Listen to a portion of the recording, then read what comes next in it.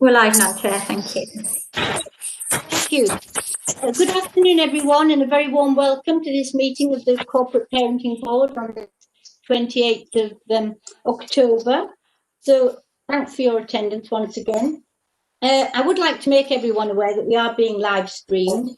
And if anyone has a question or a comment, please raise your hand and we'll endeavour to include you in any discussion.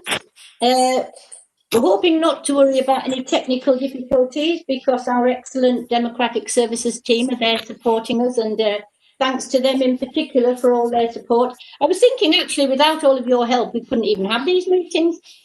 So I was thinking how grateful we are to you all, thank you.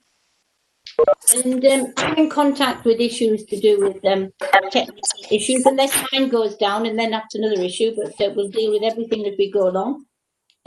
This afternoon, I'd like to extend a special welcome to Paula Jempson. This is her first meeting with us, and I've invited Paula to say a few words about herself, please, to introduce herself to us. There you are, Paula. Would you like to say a few words? Thank you. I would, thank you. Hi, everybody. Good afternoon. My name's Paula Jempson. I'm the newly appointed interim head of corporate parenting and looked after children. I started on the 28th of September, and it is an interim post. And Councillor Halawi has asked me to talk a little bit about my background and myself. So I hope not to bore you all for too long with it, but I have worked for Middlesbrough Council for 17 years. I started in Middlesbrough as a social work student, and I've always been within safeguarding. I started my career within what is now the Safeguarding Care Planning team. And during the last 17 years, I've worked as an independent reviewing officer, as a social work team manager, which I did for 7 years within safeguarding and care planning. And in the last 18 months, I've been working as the quality assurance manager and service manager. So looking at the quality assurance framework and supporting with the social work performance.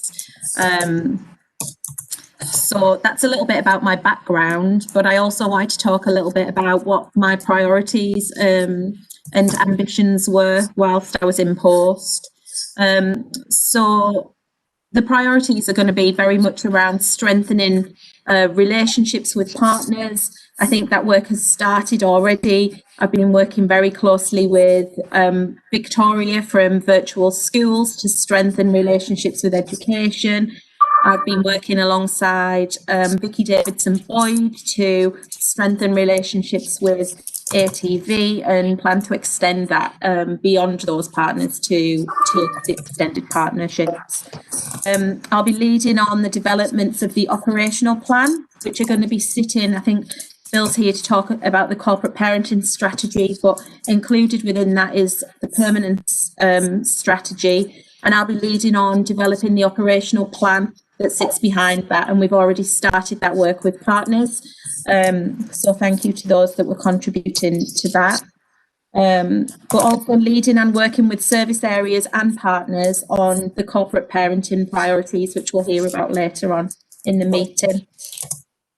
Another priority area is going to be improving the quality of social work practice to ensure that children who are in our care and need to remain in our care achieve permanence in a timely way. And that there's a number of ongoing projects in place to support with that. And also leading the improvements set against the improvement plan for children looked after in corporate parenting. So I think that just about summarises it, if that's okay. That's fine. Thank you very much, Paul. That's really helpful to hear about your experience, and thanks for all that you're hoping to bring to our discussions in corporate parenting and more widely in your role. Thank you very much. Thank you. I'm looking forward to working with you all. And we are too with you. Thank you. So I'd like to move on to the first item on the agenda, the formal agenda tonight, which is apologies for absence. We have a few apologies, don't we, Susie? We do, Chair, thank you. We have apologies from Councillor McTagg. We also have some apologies from Trevor Dunn, Wendy Kelly and Rob Brown, and a couple of other apologies as well that I've noted from officers. For example, we've got Kay Darg and Gail Earl as well, Chair. Thank you. I think we'll ask some people to send some written maybe if they can't come. So, for example, I was really looking forward to Wendy's report on mental health and the provision of the Head Start project in schools. So maybe we could have that item deferred to our next meeting, or if not, we could have a written report so that we don't miss out on any updates in that respect. I think it's important that we're kept informed about issues such as the mental health projects. Is that okay? Thank you. Yes, Chair, can I just agree with you on that? Because sometimes there's a gap between the meetings, and if we don't get a written report, then we're too far behind of what's happening. And I understand how busy everybody is, but a written report is better than nothing. So thank you for making that suggestion. Thank you, that's fine. We'll proceed with that and see what happens then between now and our next meeting. Have we any declarations of interest? Item 2 on the agenda. No? Okay. So we have the minutes of the meeting held on the 17th of September. Thank you for those, Susie. They were very detailed and clear minutes. We covered a lot of topics in that meeting. I would like to have a proposer and a seconder to declare that they are a true and honest record of the meeting. Would anybody like to propose that they are, please? I propose that they are, Chair. Councillor Walker. Thank you. I think we have a proposer and a second there. It Is was that right? seconded. Councillor Higgins. Thank you. Okay, Susie, you've got that? Thank you, Chair. Thank you. So now I'm going to hand over to Susie, who's going to talk about the actions which came from the last meeting, and she's going to show us a slide of the action plan, which was already in our pack, wasn't it, Susie? Would you just like to talk us through the actions, please? Thank you.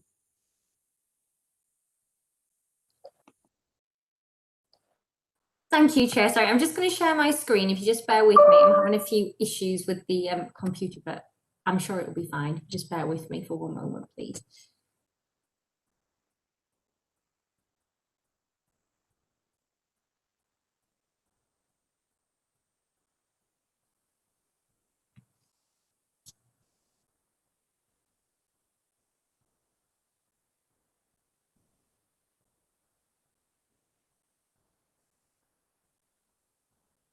Hopefully that'll be coming in your way soon. Is anything showing on the screen?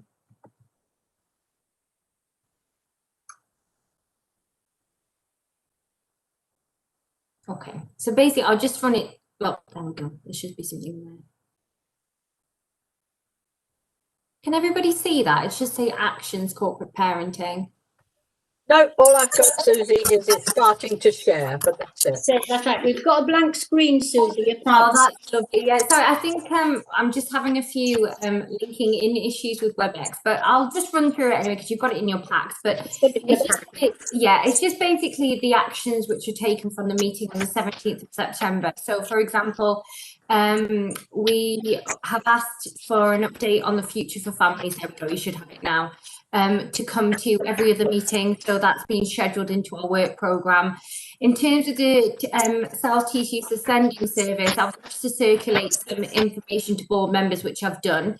Obviously today we've got Victoria who's going to give an update on the mental health assessments for looked after children, and I'll ask Wendy if she can circulate something written, and obviously if you've got any questions we can look to inviting her to the next meeting.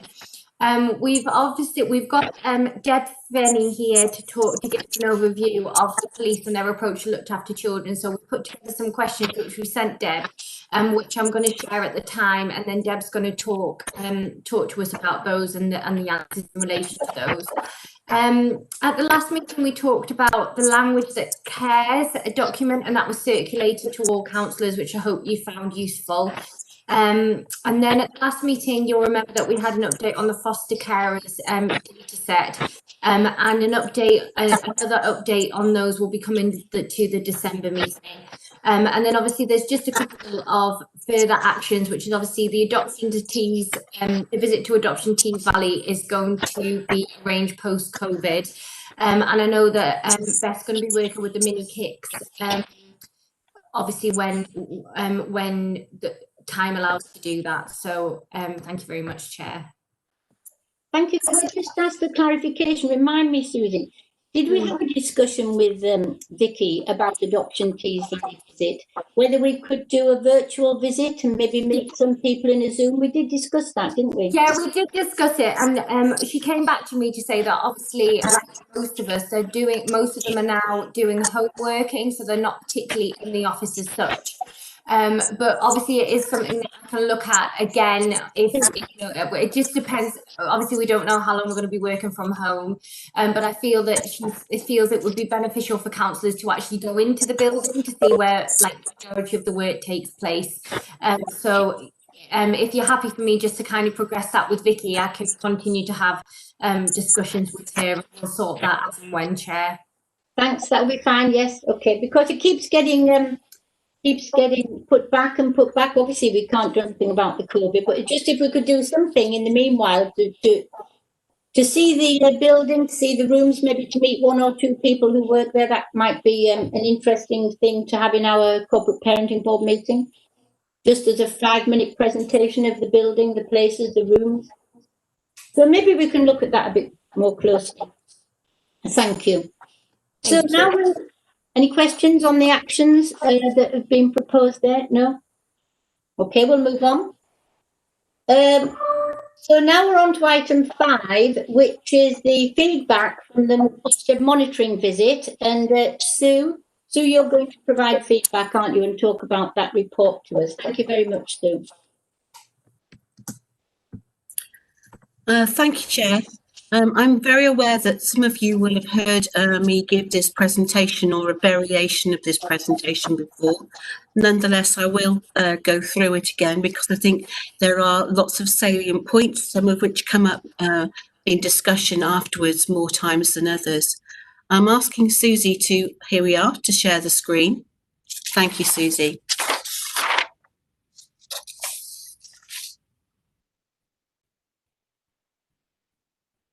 And we'll crack on from there. You have a bit of a go slow today, Susie.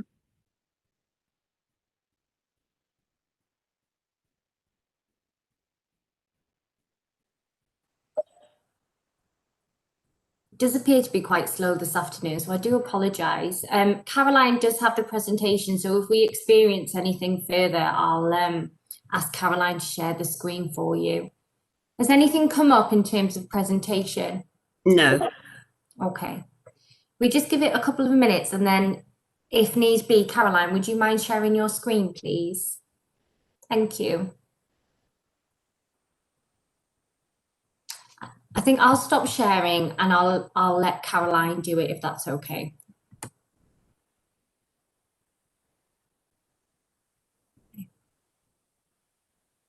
Caroline, I've stopped sharing my screen. If you could possibly share yours, I'd really appreciate that. Thank you. I'm just going to do that now, Chair. Just be a moment.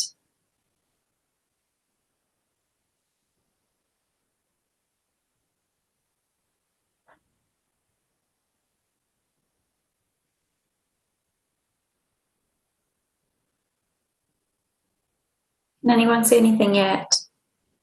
No. What about now? It's coming through, Caroline. I just think the system's on a bit of a go slow at the moment. So Problem. it says you're start. Yeah. There we are. Can we see everyone?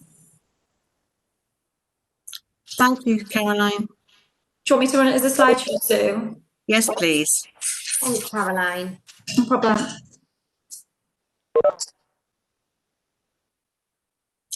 Okay, colleagues, so this presentation gives an overview of the Ofsted monitoring visit that we had on the 23rd and 24th of September.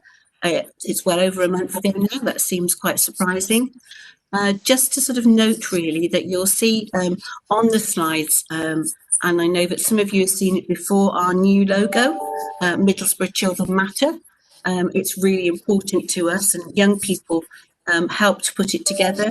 They like it because it's the heart and hand around the heart. We're really working to promote to Middlesbrough Children Matter It's a very important thing. Our mission is to show Middlesbrough children that they matter, to really evidence that what we're doing makes a difference to them. Also, we have to be really minded that we are working within a corporate environment. So as well as the heart with the hands around it, we've got the Middlesbrough logo as well. So during this visit, the inspectors reviewed the very front door of our service, and they focused on quality of screening. So when a contact comes in, how do you look at it? How do you decide what happens with it? They're looking at whether we can identify risk and respond to risk, and the understanding of our partner agencies of the threshold decisions. What's the right level for work to come into the match? And they're also looking at the quality of our initial assessments and planning. So this was quite an unusual visit for Ofsted. It was the first virtual visit that the two inspectors that we had ever carried out, and they did not set one foot on Middlesbrough soil, as it were. So all of it was planned virtually and carried out virtually. The two inspectors were Jan Edwards, who was the lead inspector for our ILACS inspection, which was last November, December. And I think that was really good because she could see us then and she could see us now. And she could see the shifts that she identified, the shifts that we told her we'd made. So I think that was really important. So a range of evidence was considered. Electronic case records, we gave them a computer, they looked at it. Discussions with social workers, elected members, senior leaders, and we provided them with a great deal of information. So although the visit looks like it's 2 days, 9 till 5 one day and 9 till 4 the second, that's just the tip of the iceberg. Huge amounts of information are provided. They ask for, they carry out some interviews. So, for example, with the chief exec, with lots of discussion with me, they carry out that before the 2 days. So it's quite an experience. Okay, so, overall findings. One back. So it won't let me go back. I'll have to go back from the start. That's fine, that's fine. Okay. Right, that's fine. Okay, so the overall findings were that the local authority has made some progress in improving. I emphasise the word some because it's a bit of an Ofsted word, and some progress, is very clearly evidence progress. We'd improved the social work practice at the front door in the match. That's the multi-agency children's hub. Some of you will remember that we had a joint hub with Redcar in Cleveland. In fact, it was Redcar in Cleveland delivering the service for us. And in the inspection, the main inspection, they found that we didn't have Middlesbrough sufficient oversight of what was happening over in Redcar. So the fact that we improved and we disaggregated the match was, I think, an excellent piece of progress. And Ofsted certainly note in the Ofsted letter that we did a lot of consultation, a lot of digging to see whether the match needed to be disaggregated. And the answer was, we're not going to make the progress if we don't disaggregate the match, which we've done and really got a tick in the box from Ofsted. We're better at the immediate response to 16 and 17-year-olds who present as homeless. We've got a much better performance monitoring programme, including quality assurance framework, which Ofsted were very complimentary about. And also that they found that we've made progress in our strategic oversight. So we know ourselves better. We know what we need to do. We know where our strengths are and where our areas for development are.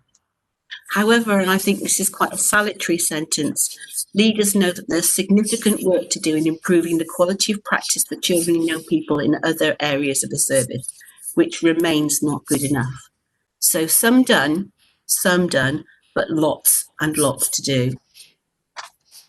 So next slide. Thank you, Caroline. So I won't dwell on every aspect of this slide, but I think it's important to at least touch on some of them. In terms of leadership, we've got a determination and a vision for improving the quality of intervention that will make a difference to children. And it's really good, I think, when Ofsted talk about a positive that makes a difference to children. We've got good commitment from the Chief Exec and the lead member, both of whom are fully engaged in improvement. And again, senior leaders have a realistic understanding of and what they're calling the endemic weakness in social work practice. You'll remember, some of you, that sort of endemic systemic weakness was a really sort of like in your face sentence on the, at the beginning of the ILACS report. And we've got, because we know ourselves, we've put together a plan that addresses what needs to be addressed. However, and this is again really important, there's been what they call an exponential increase in demand due to a necessary change in our thresholds. Our thresholds were too high. So we lowered our thresholds. And what did that do? It brought in a huge amount of work.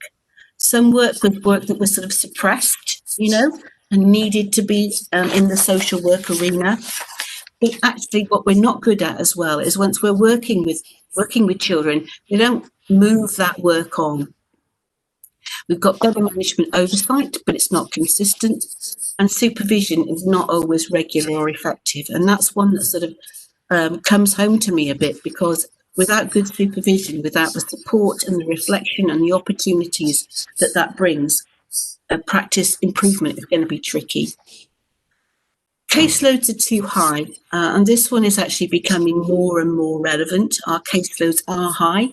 More is coming into the service. We're not progressing things through, and because we've got high caseloads, it affects our ability to provide the service that we would want to children and families. And we are embarking now on a significant piece of work to look at what demand is and how that's affecting what we're doing.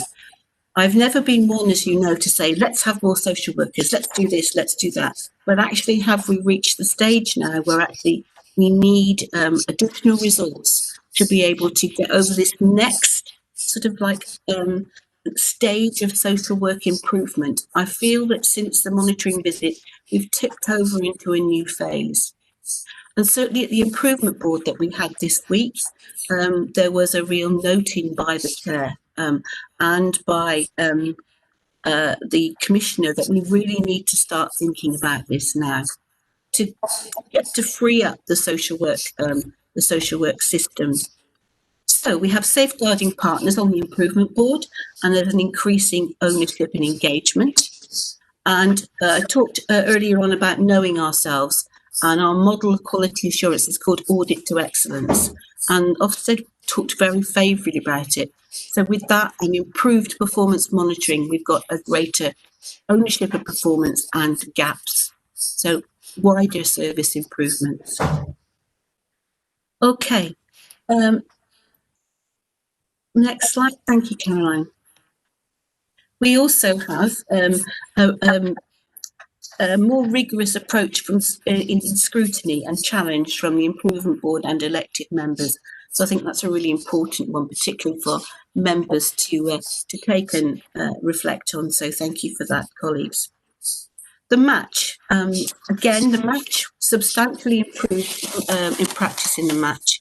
We need to be really proud of that and the way that we disaggregated it. I mentioned it earlier, but I think it's worth just highlighting again.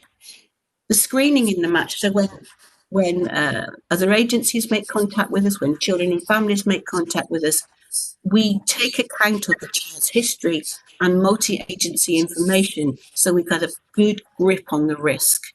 We don't just look at what comes in, we look at what's around it. We talk to other agencies. Management oversight at this very early stage in the social work system provides direction and guidance. The trick now is to roll out that strength of management oversight through the rest of the service. We seek consent appropriately.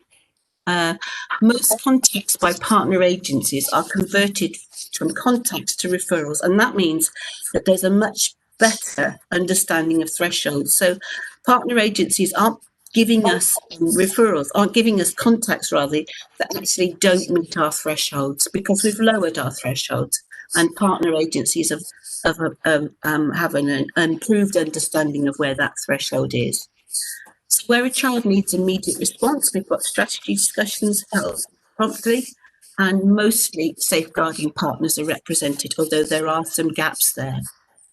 Strategy meetings, that's meetings to look at what work we need to do immediately with children at risk, explore that risk. But we're not so great yet at safety planning. That gap between the strategy discussion and the initial child protection conference, we're not quite getting that right yet. But as we said earlier, young people aged 16 to 17-year-olds presenting as homeless are now screened effectively. They get the opportunity to become looked after children. Okay, next slide, Cameron.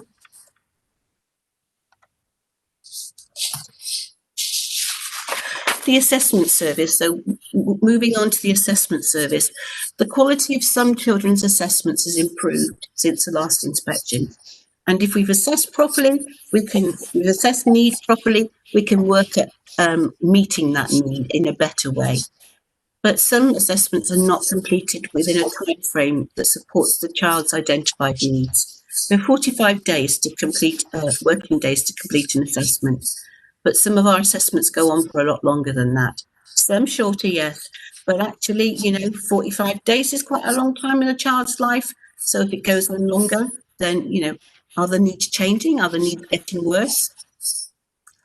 We got risk. Risk is better understood. That's, really good. But we've still got a long way to go.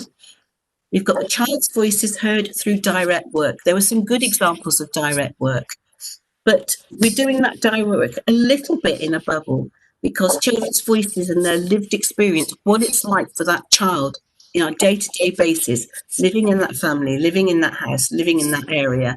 We're not seeing that yet in casework. The next one is around children's identity and diversity is narrowly understood. And what that means is we write down, we identify religion, we identify ethnicity, but we don't actually look at other aspects of the child's life. What, for example, if a child's got mental health issues, are we really thinking about that in terms of the child's identity and how that impacts on their day-to-day life? So it's got some missed opportunities there for intervention. From assessments, we develop plans, and Ofsted found that our plans are quite brief. Where they're better, we identify the need and provide timescales better, but we've still got work to do around contingency planning. So plans, some work to go. And one of the things that Ofsted are doing generally is looking at how authorities have worked through COVID. And of course, we are still working through COVID. And they found that we had a rigorous approach to safety planning for children during COVID. Some of you will remember that we embarked on completing a safety plan for every child known to a social worker. That was 2,700 odd, I think. Ofsted were impressed with the fact that we took that rigorous approach to those children, to our children. So just to finish up then, Caroline.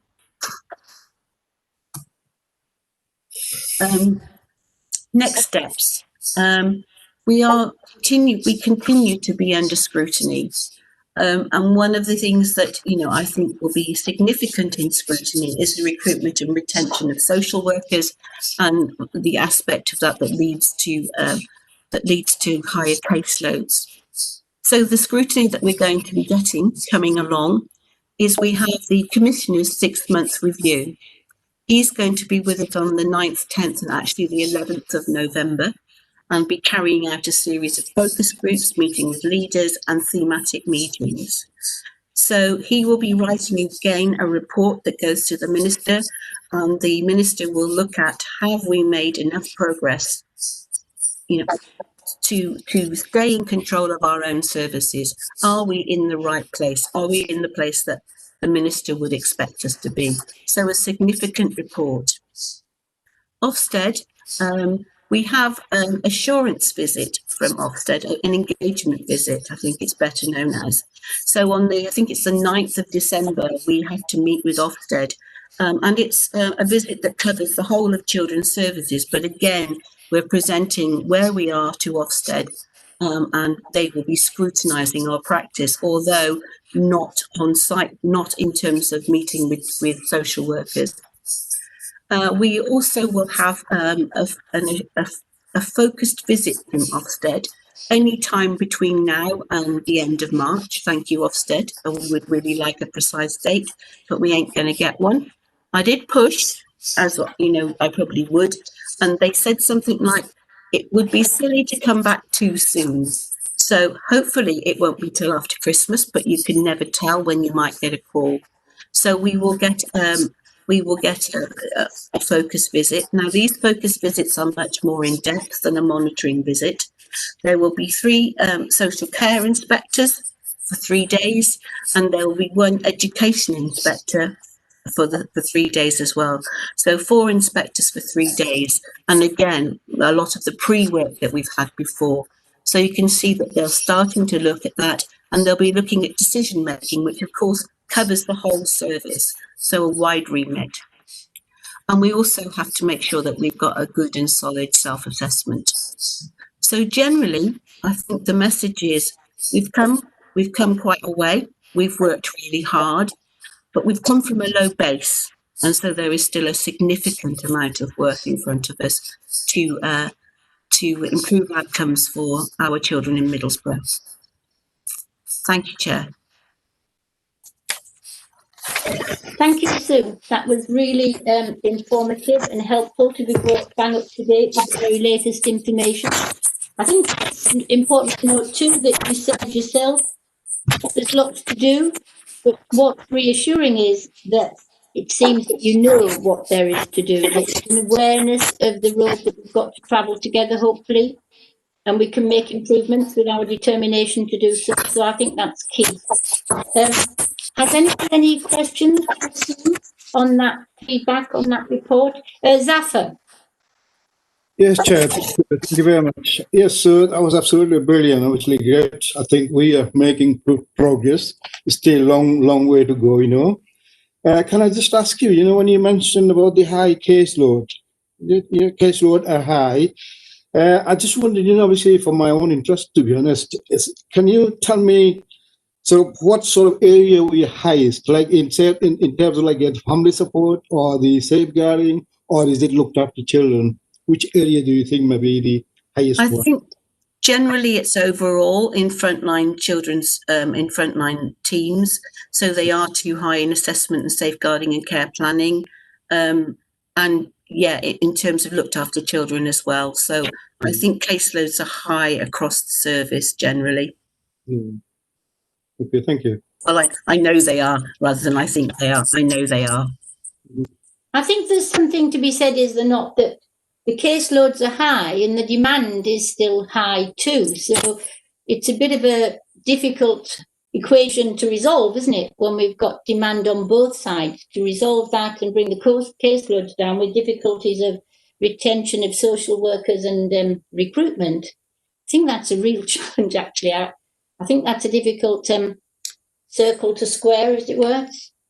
Challenging. Jeanette, Councillor Moore. Thank you, thank you, Chair. Right. I mean, I've been saying for a while about the caseloads. I think you remember that. So, you know, and each of our, what actually, how are they standing at the moment? I know you keep saying they're high, but how high are they? And also, does this reflect in our social workers? How's the sickness for social workers at the moment? Are there people who are on the sick at the moment? How many? You know, just wondering how that relates to the amount of work and pressures that they're getting as well, because obviously that could affect our service. Thank you. We certainly have caseloads of 30 and more on some occasions. Of course, caseloads is a number and doesn't actually reflect the complexity of cases and, of course, and of children's needs. And we do have some very complex cases.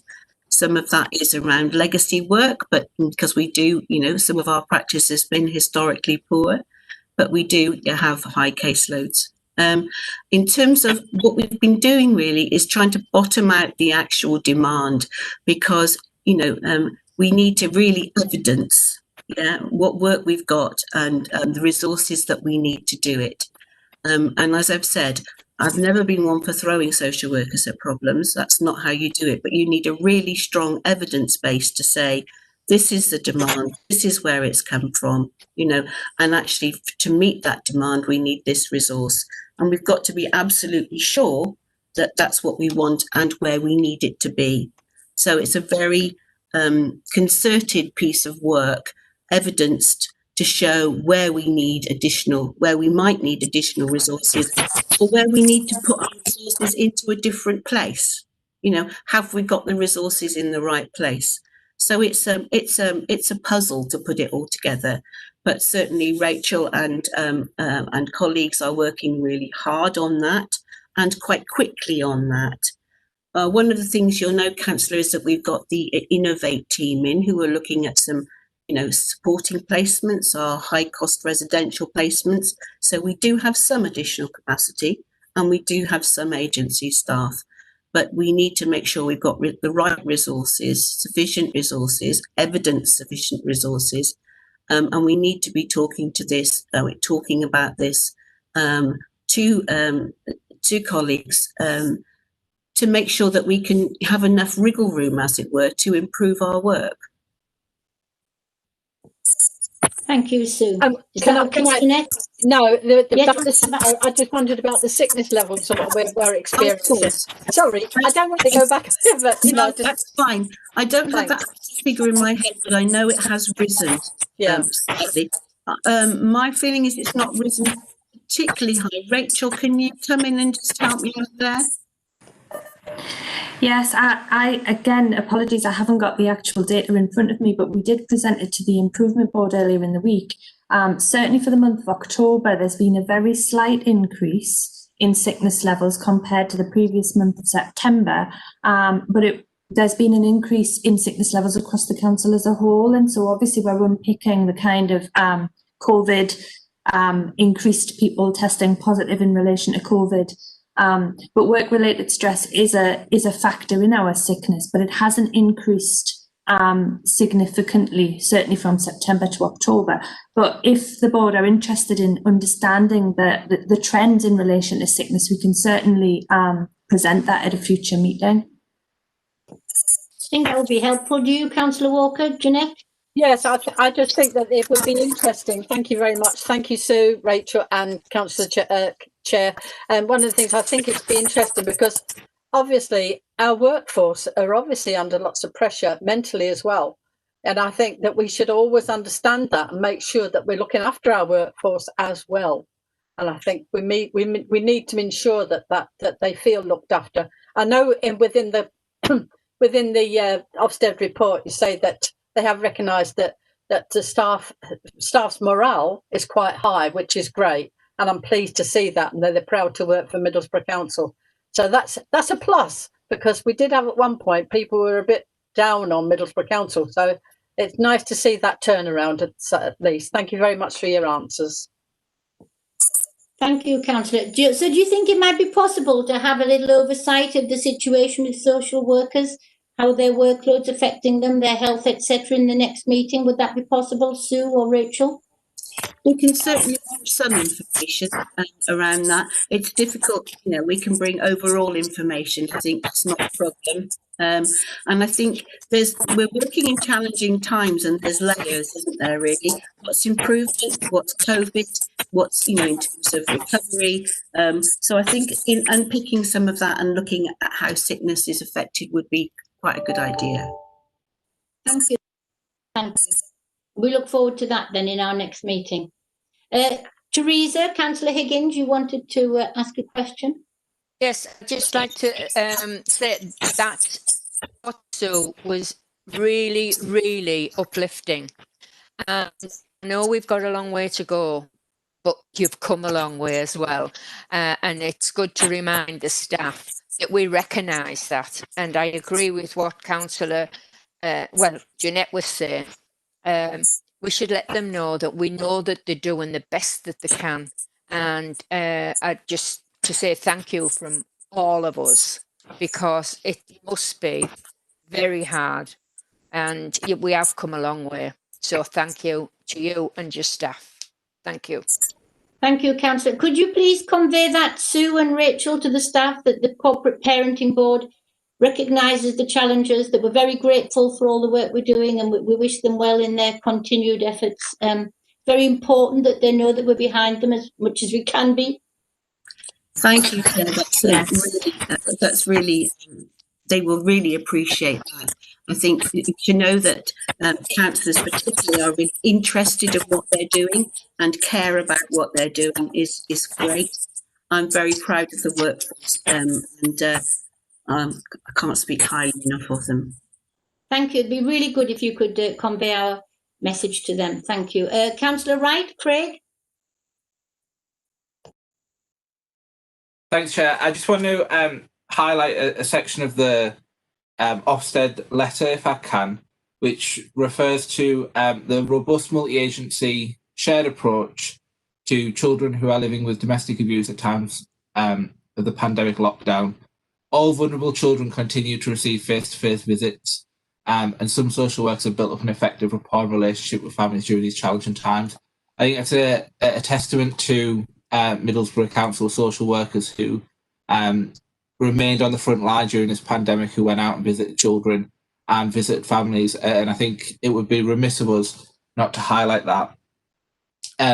If I have a question about the sort of early help work. So I know it says that we are now effectively stepping children up from early help to statutory intervention, but is our early help and prevention services still, or are they effective? Are they doing what we need them to do? Thank you. Thank you, Councillor Wright. I think our early help service our early help offer is effective. I think that it was one of the services that actually got a good press, as it were, in the inspection report, the ILACS inspection report. They are working also to capacity. And we're working really quite hard to make sure that threshold, as it were, between early help and social work is right. After the inspection, we had to, because Ofsted had identified it, there was too much in early help that really should have been in social work. So there was a big piece of work there to step some of that up. But yes, I would say that our early help services, which, there's a variety of services, badged, as it were, under early help, I would certainly say are effective, provide a lot of preventative work to children and young people. I think the next stage with early help is to make sure that we've also got that resource in the right place. Are they being effective? Is there effectiveness? Is the effective service? Have we got it? Is that service being provided in our wards in the right way? So that's also about, we've got this resource. Are we deploying it in the right place to get the most effect? Thank you, Sue. Does that answer your question, Councillor Wright? Fine, thank you. Mary, Councillor Nugent? Yes. Thank you. Thank you for the report. It was very informative. I've read through it and I recognise the hard work that you're doing and that still needs to be done. I thought it was very good. Thank you, Sue. Thank you, Councillor Nugent, and I will share those thanks with everybody in the service. They work incredibly hard. Yes, I recognise that. Thank you. Are there any further questions or comments on the report that Sue's just presented? Okay. In that case, we'll move on in the agenda. We are on item 6, the Voice of the Child, the participation update. First of all, we have the Voice of the Child coordinator, Beth, who's going to talk to us. And then I think, did Laurie arrive? I'm still looking for Laurie, who was going to be there with the Member of the Youth Parliament. We now have a video from the Member of the Youth Parliament who's going to a little video. That's right, Susie, isn't it? Yeah, so I'm representing both myself and Laurie tonight, and the members of Youth Parliament aren't able to actually make it at the minute because they're both involved in extra studies after school. I think they're catching up on anything that they've missed. So what we have said is that if they can provide us a video update, which and Muscan has done that. Susie, you all right to share the video update from Muscan, please? And then I'll do my presentation after that, if that's okay. Yeah, that's absolutely fine. I will attempt to share my screen. Caroline has a copy, so we'll just do that. So just bear with me, I'll share the. Thank you.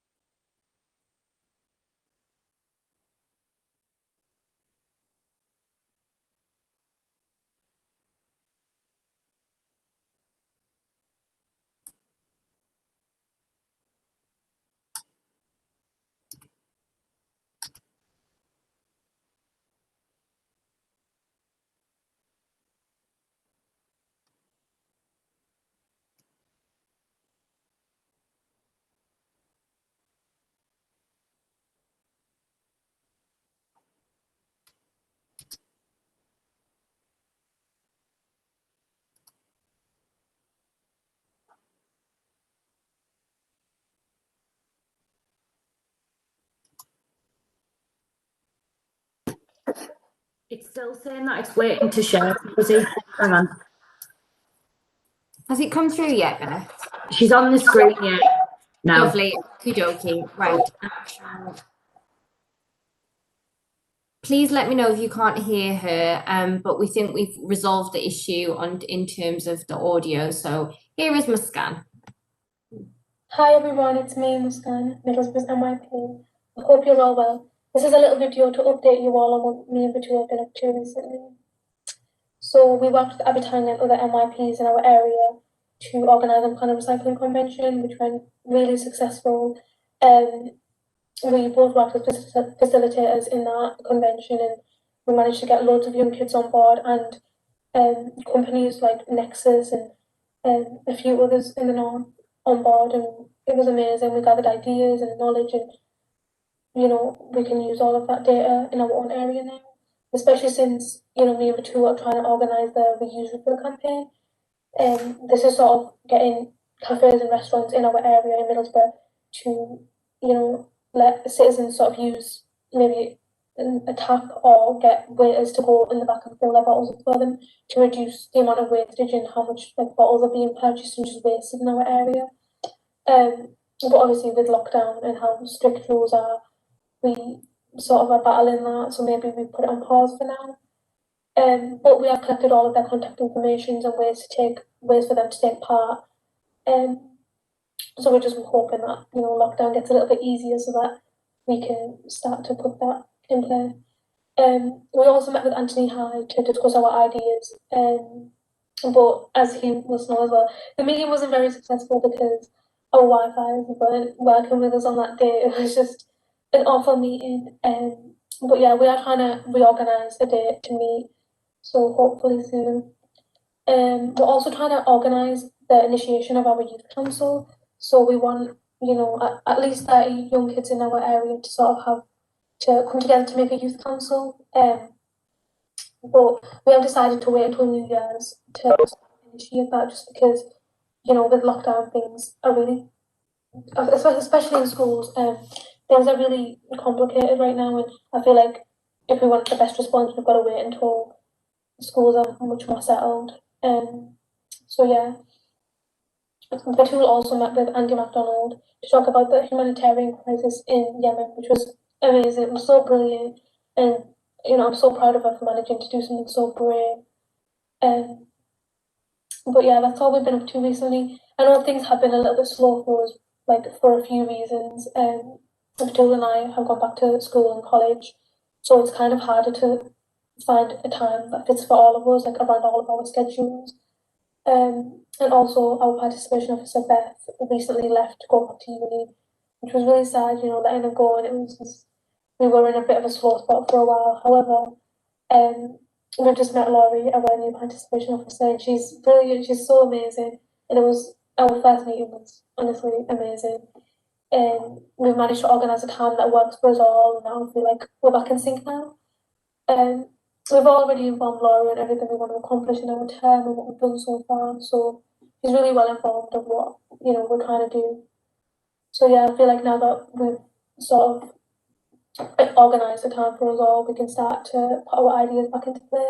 So yeah, hopefully that our next meeting I'll have a lot more to inform us on. But other than that, that's me. I hope you have a great meeting, and I'll see you in the next meeting. Hopefully, bye.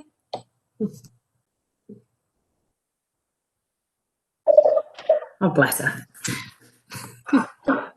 Does anybody want me to just read through a couple of updates from Bookcan that's sent by email? Because I know that connection wasn't great. Yes, it would be good if you would do it, because it's a bit hard to understand all she said, although we did get a good idea. Yeah. We've come a long way since this morning, because originally that video was upside down and didn't have any sound. So we've come a long way. Right, okay. So in the past couple of months, they've been working on the reuse and refill campaign. So the idea was that they would have a campaign with our local cafes and restaurants that if somebody took in a plastic water bottle, they would fill up the water bottle with water for free, as part of a campaign, obviously, to help with recycling and using water and drinking water and healthy living. But obviously, with the issues that's going on at the minute, that's proved quite difficult for them to do. So they are trying to sort of overcome any lockdown restrictions or any issues that they're coming up with. And Laurie's myself and Laurie are obviously helping support to do that. We're looking at the youth council, so we're working with Anthony High and our youth council working group and both of the NYPs to basically launch a virtual youth council network, because originally the plan was to have a physical launch this year in October, where the young people will be in the town hall and they'll be meeting all the key members, but it just hasn't been possible. So we've spoken to the NYPs, and we think that it's a really good time to start maybe like a bit of a virtual network and look at how we can work with the schools to make that happen. Muskan did say that we're going to look into the dates for the new year, but nothing's 100% been finalised yet. But I think obviously with the pressures that everyone's under with schools and everything, everyone's priorities have shifted a little bit. So it's just about working together to make sure that we get it right for all areas, really. She's also updated that they've been working with Abby Tang and other NYPs in the north to organise and plan a recycling convention. They helped and worked facilitated at a convention and gathered ideas from other young people across the region, and that took place on the Saturday. So Laurie, our participation officer, supported her to do that. So that was really, really successful. Muskan and Batul are also involved heavily in the social media presence that we have. So they have their Instagrams and then they have their Twitters as well. So that helps a lot with getting the messages out to the young people in Middlesbrough. Okay, so that's the NYP update. I'll just share my screen if it works, because I've just got a little bit of a presentation for you.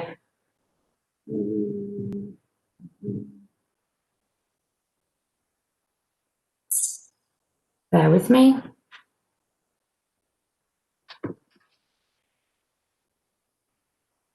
Susie, can you just let me know when you can see it, please? Or if you can see it.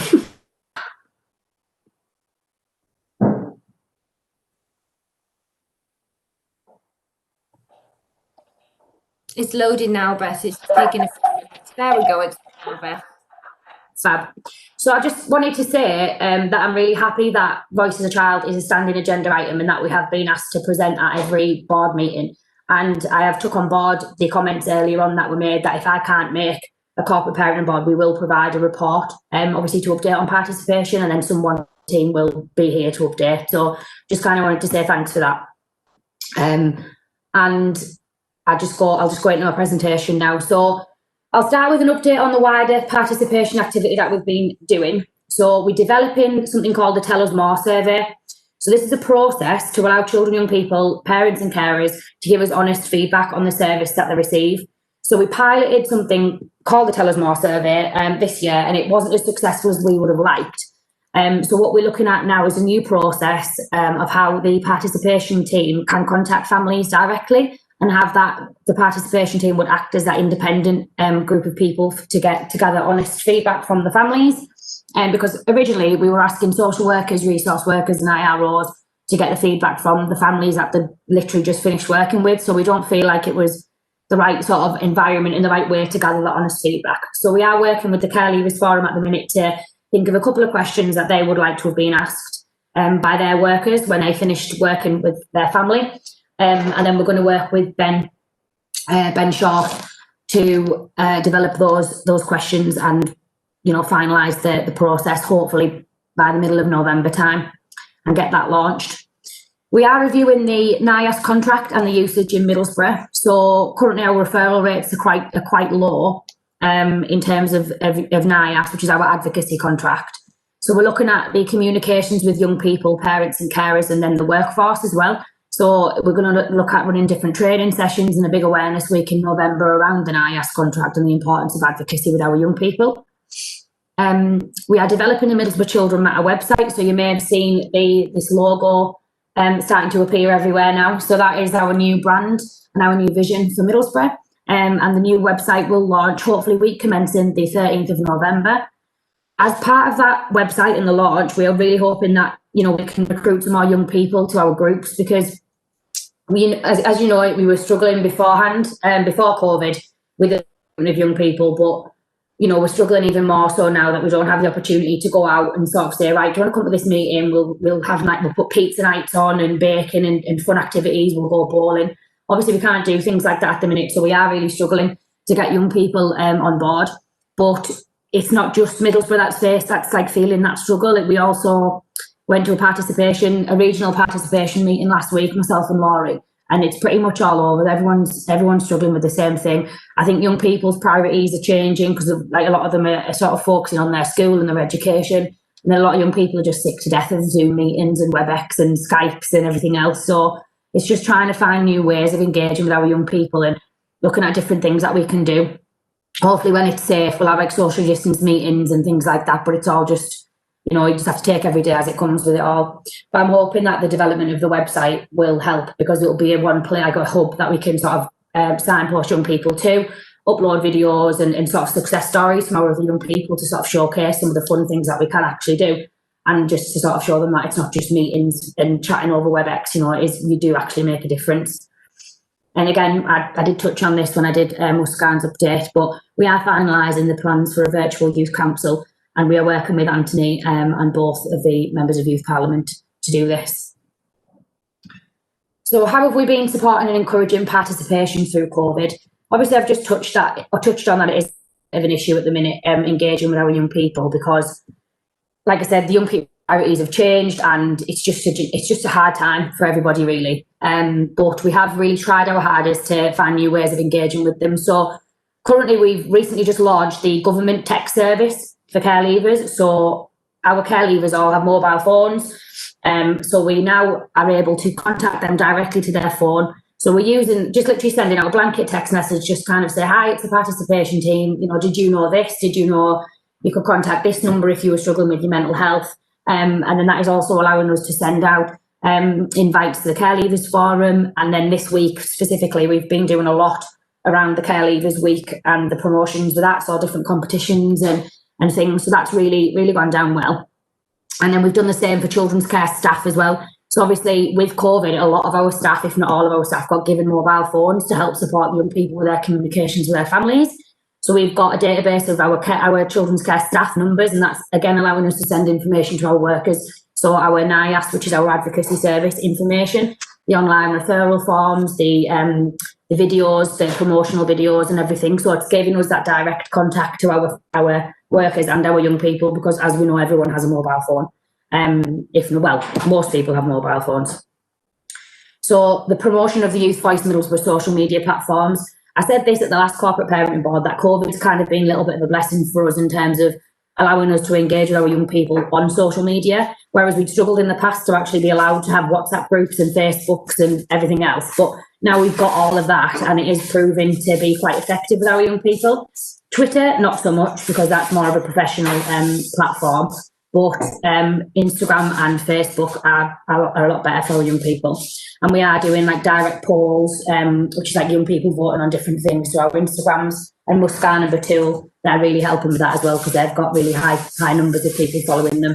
So the use of WebEx, Zoom, Skype, FaceTime and Google Meets. Now there's quite a variety of different sort of tools that we're using there, because we're literally saying to young people, anywhere that you want to engage with us, let us know and we'll make it happen. Because some people prefer Skype, some prefer just your average FaceTime, and then some obviously prefer WebEx and Zoom. But we are keeping in touch with our young people on like literally day-to-day texting them in the group and things like that, just to sort of keep in touch. And if they're lonely, we've literally just said, give us a call if you've got anything to tell us about. And one of our young people rang me earlier on just to tell me that she's got an apprenticeship and she was over the moon. So it's really more of like a personalised approach to things, obviously since COVID, which is been quite positive for us. So Mini Kick and the Care Leavers Forum. So Mini Kick is the Mini Children in Care Council. That's our younger group. The Kick is the Children in Care Council, and obviously the Care Leavers Forum. Mini Kick, we currently have 3 members of the younger group. We did have 5, but since COVID, we've just gone down to 3. We have virtual games night every 3 weeks with the boys, and they do find them really, really fun. But like I said, luckily they all live in the same placement as well. But they do find it really fun. But again, I think it's just everyone's kind of getting sick of video calls and virtual games nights and things like that. And I think they are just really looking forward to when we can actually meet up again and play some games and have a picnic and different things like that. The Children in Care Council. So we currently only have 1 member at the minute.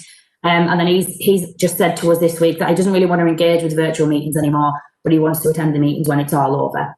But the member of the Children in Care Council is also involved in our Young Commissioners group, so we still are engaging with him, and he still is involved in different activities and making changes to services. Our Care Leavers Forum, so obviously they're the older young people, so we've managed to sort of keep hold of some of the older ones because we can engage with them personally on their WhatsApps, over telephone calls and FaceTimes, and they are sometimes easier to access than the younger ones. We meet fortnightly and we speak regularly via our Care Leavers Forum WhatsApp group, and we have 4 members of the group who attend all the meetings and who are active on the WhatsApp. The recent tasks that the group have been involved in, so they were involved in the recruitment of the Director of Children's Care, welcome Rachel, and the recruitment of the Participation Officer. So as Muskan mentioned, Beth Morley, our Participation Officer, she's recently left to go to uni, so we've got like an open vacancy within the team. But I really wanted our young people to be involved from the very beginning, to the writing of the job description, to the planning of the interviews, like the full thing. So that's what we're currently working on now. The development of the Tell Us More survey, which I mentioned earlier. So our young people will be giving us some questions that we can be asking our families, and just basically giving it more of like a personalised approach. And what would they want to have been asked if they'd finished working with their social worker or their IRO? They helped us with the plans for Care Leavers Week, which is currently happening now. And then we are working with Councillor Wright on their priorities. Sorry, that should say on. But at the minute, obviously, we've got the other 4 points that have been happening, so they've been really, really busy. But Councillor Wright has met with them, I think it must have been about 2-3 weeks ago, and we were discussing priorities and how we can take that forward. So we will continue to do that, obviously, when we've got a little bit of spare time. So the Care Leavers Week plan. So the Care Leavers Week National Care Leavers Week started on Monday and it will finish on Friday. And we've got a huge sort of action plan and different things that have been happening over this week. So we've got key messages from Sue, we've had key messages from Rachel, Paula Jemson, Anthony Coulson, who is our Pathways team manager. So they're getting released on social media, video messages just directly to our care leavers, just to kind of tell them why they're really proud of them, you know, just important messages, like personalised messages to our young people. That's what, you know, why we're really happy and really proud of them to celebrate care. We've also done a social media campaign on our Youth Voice Middlesbrough Twitter, if anyone would like to follow that, to keep sort of involved and in touch with everything that's going on. We've used the text service to send the young people a competition a day. So on Monday we had can you please tell us your favourite song, your feel-good song. So on Friday we're going to release a feel-good playlist to all of the care leavers, obviously with songs that have come from our staff and our care leavers to make them feel good. Yesterday we had can you tell us your favourite joke. So we had a couple of funny ones in yesterday, and I know Sue, you'll no doubt help us with the jokes. And we're going to again do like a little bit of a leaflet or a little bit of a, you know, just something to release the jokes that have come from the care leavers and from our staff.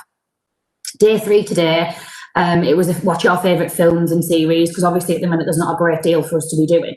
So I thought what we'll do is we'll try and find things that they can be doing inside the house. We've got top tips for living independently coming up, and we've got top tips for like baking and cooking and like on a budget, things like that we can just release. So those competitions get sent out to the PAs, so the PAs can share them with the young people, and then to the text service and we've got 2 prizes a day for the people who enter the competitions. We've also got a message from John, who's our CAMS mental health worker from Pathway. So he released a video today to all of our young people, just to kind of say, keep being resilient in these times. We've had the health team from Pathways sort of release some information and support around different numbers and different places that they can access if they're struggling. So there's just been a lot of things going on over the last couple of days, and there's lots to come as well. So like I said, if you would like to follow our Twitter, sort of keep an eye on what's happening and get involved, that would be fantastic. That's me for my presentation, so I'll stop sharing, but if anyone has any questions, please feel free. Thank you very much. That's really interesting. I have a couple of questions. If anyone else would like to ask a question, please raise your hand.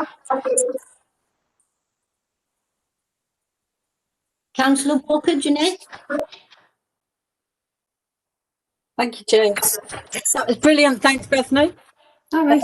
Yeah, thoroughly enjoyed it. Loved the little video. Shame it wasn't but I'm sure we'll get that sorted out. You've done really well there, and I think she did well considering. Very difficult to do. Nice presentation, plenty of information, and thank you very much for that. I'm just a little bit curious, do you represent the Pathways team on this board, or do we have a separate person who represents Pathways on the board? I don't represent Pathways on the board. I'm participation, but Paula is the head of service where Pathways sits. Paula Jensen. Yeah, Right. Paula Jensen, yeah. That's right. Okay. I just wondered how that all knits in together, because there don't seem to be many members taking part at the moment. Is it because they've been disillusioned in the past, or do you think we need to sell it better? Do you mean members of the groups? No, the Children in Care Council and the Mini Council. Do you think we need to sell it better? Yeah, I think it's always been a bit of an issue in terms of recruitment. We've always struggled with it, even when we have the physical meetings. I think there's a lot of work to be done around sort of, because at the minute, if we direct our young people to the Middlesbrough Council website, it just looks a little bit boring, a little bit dull. So now we've got the Middlesbrough Children Matter website. It's a young we will have in November. It's a young person friendly website, and we can say to them, we can text them and be like, go to this website and you can have a look at the different things that we're doing. We can be obviously saying to workers and saying to PAs, can you have with the young people about getting involved? But I think we definitely need to be doing more and looking at how we can sort of adapt to the changing times. But I think it's always been a case that we've struggled with recruitment. Yeah, but not even just yeah. I know it has all the way through, hasn't it? Really, but so we've always had quite low numbers, but I think sometimes it's like quality isn't over quantity. Sometimes we've got a really key group. Yeah, I appreciate it. In a lot of things. Yeah. But well done anyway. You're sticking at it. That's the main thing. Thank you. Thank you. Councillor Higgins, Teresa. Thanks, Chair. Bethany, at the beginning of your presentation, you said you gave, I hope I got it right, you gave everybody a mobile phone. Yeah. How many mobile phones did you give out? So that was not for me, that was the service, I believe, got mobile phones. So all of our workers will have had them. Rachel, Sue, can anyone sort of elaborate on that? Because I know at the beginning of COVID, our workers did all have mobile phones to sort of help families engage with their young people. I'm not sure on numbers or anything around that though. So it was just... We gave foster carers some phones so that they could keep in contact, so that children could keep in contact, directly with their families. That's the mobile phones that we gave out at the top of COVID, as it were. But I can't remember any. I mean, Rachel, we haven't given out any other packets of mobile phones, as it were. I think in terms of older children, care leavers, we would be making sure through Pathways that they had good ways to communicate with us. And text messaging and Facebook and social media is a really important way for them to communicate with us. So based on their kind of age and safe stage of development and based on the kind of safety issues, we would, as a matter of course, issue mobile phones to our older young people just to aid communication. But as Sue says, for younger young people, when we were promoting contact, virtually with family time and things, we were issuing them to foster carers. Can I just come back on there? I agree with you, Bethany, that, you know, this hasn't just happened because of the virus, because of COVID. It's always been a case that it's been very hard to get children involved in this. And we've got to remember that quite a number of families haven't got mobiles. You know, the older ones might have, but the younger ones, and they mightn't have a tablet to work on. So I think there's a lot of rethinking needs to be done. When you think that, you know, you say three people in one group and 4 people in another group. I know you work hard, but I think to get engaged with the children, we need to think of a different way. I don't know. I can't think of one myself, to be honest. But you know, that we have to think of all the different children, not just the older ones. Yeah. But thank you for the report. Thank you. Yeah, I think there is definitely a piece of work that needs to be done, isn't there, around like different methods of engagement, because like you said, not everybody does have tablets and mobile phones. Just at the minute, it seems to be kind of the way to engage people is virtually, because we did used to go into schools and meet with young people directly and run focus groups. I have been at the virtual school and spoke to a young person directly with Victoria. So there was a lot of ways we were going in and speaking to young people face to face. So I think it's just around making sure we can sort of make those changes, make it right for young people and make sure it's safe to do so. So yeah, thank you, Teresa, yeah. Thank you. Are there any more questions for Beth? Beth, could I ask you on the topic of numbers? Sorry, Chair, I believe Rachel would like to come in there. Oh, beg your pardon. Thank you. Sorry, Rachel. Sorry, Chair. The other thing I was just going to mention is that we've actually done a piece of work around which children have access to laptops as well, and certainly through the virtual school. And we've looked after children with laptops during this period of time as well. So I just wanted to mention that. Thank you.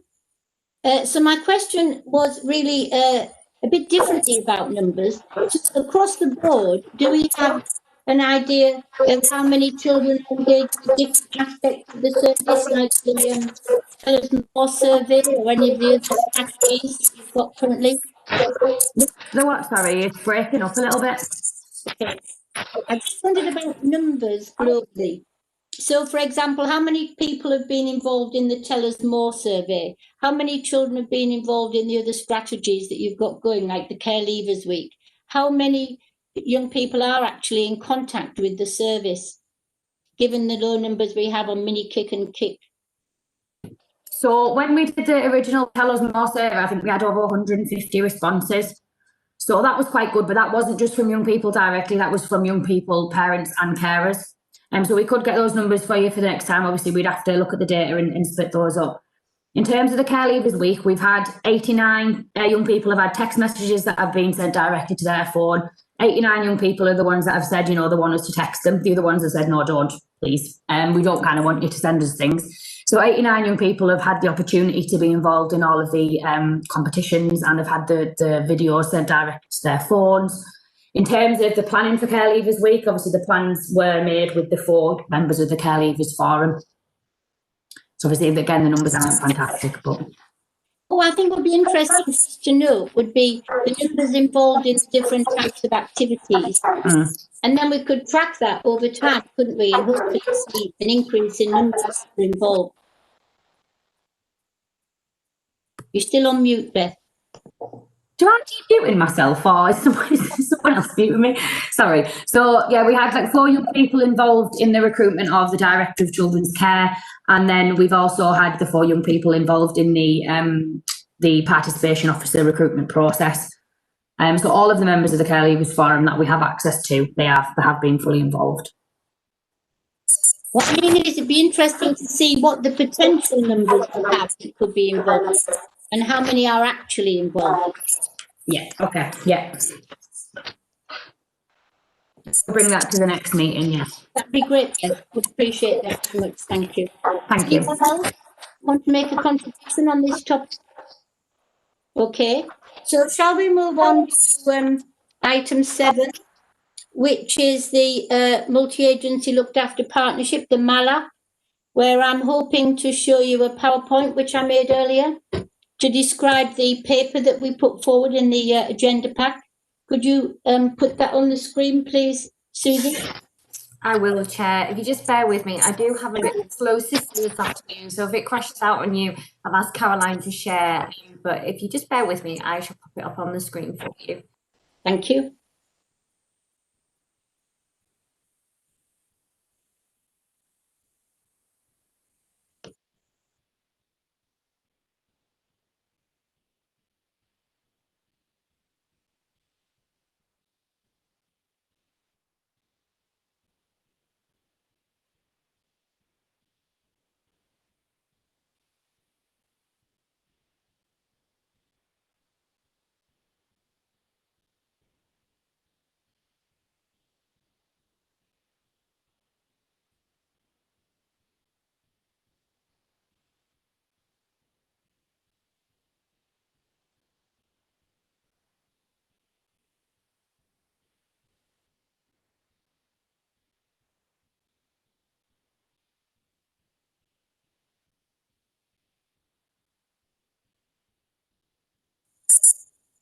Doesn't seem to be working.